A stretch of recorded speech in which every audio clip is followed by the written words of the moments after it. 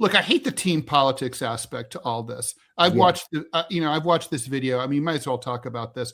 Look, I've watched the unprofessionalism of ICE is what really leaps out here. And that's something that the right ought to be able to agree with. Yes. This is an unprofessional force. You saw the way they're literally running unprofessionally. I was, my brother-in-law was a EMS guy and a firefighter. And he said one of the things you notice about firefighters is when they respond even to a burning blaze, they move deliberately, but they don't run. They're not panicked. They just go. They're trained to do that. It's like, we're doing this, we're doing that, like pilots in a crisis.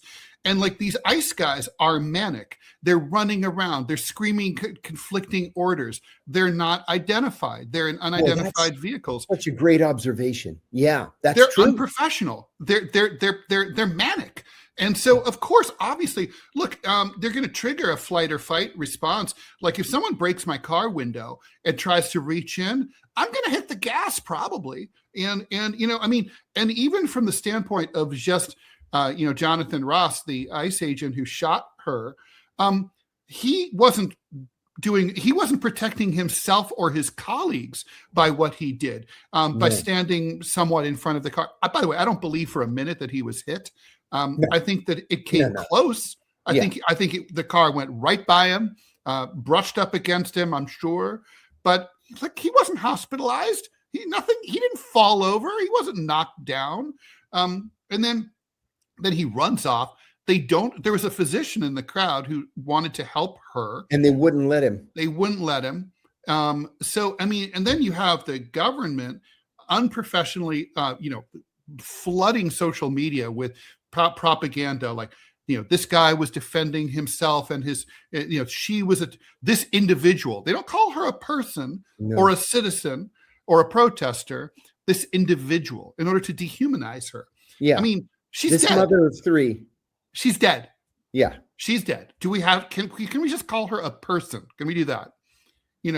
And so, I mean, the unprofessionalism here is off the charts.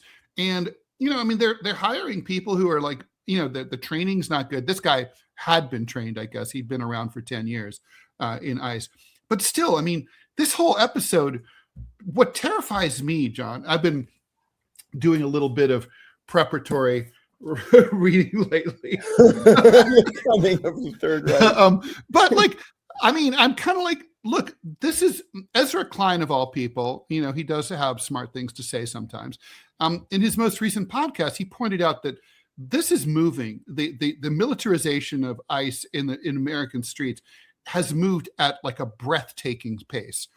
We've never seen a move this quickly. That's terrifying. And what I worry about is that when a government creates an armed force that's unaccountable to anyone, where you and I both know there's no world in which an ICE agent can do any wrong, according to this government, that they're going to run out of targets. They're going to find all the pedophiles and all the gangbangers and all the Tren de Aragua scum, and then they're going to run out.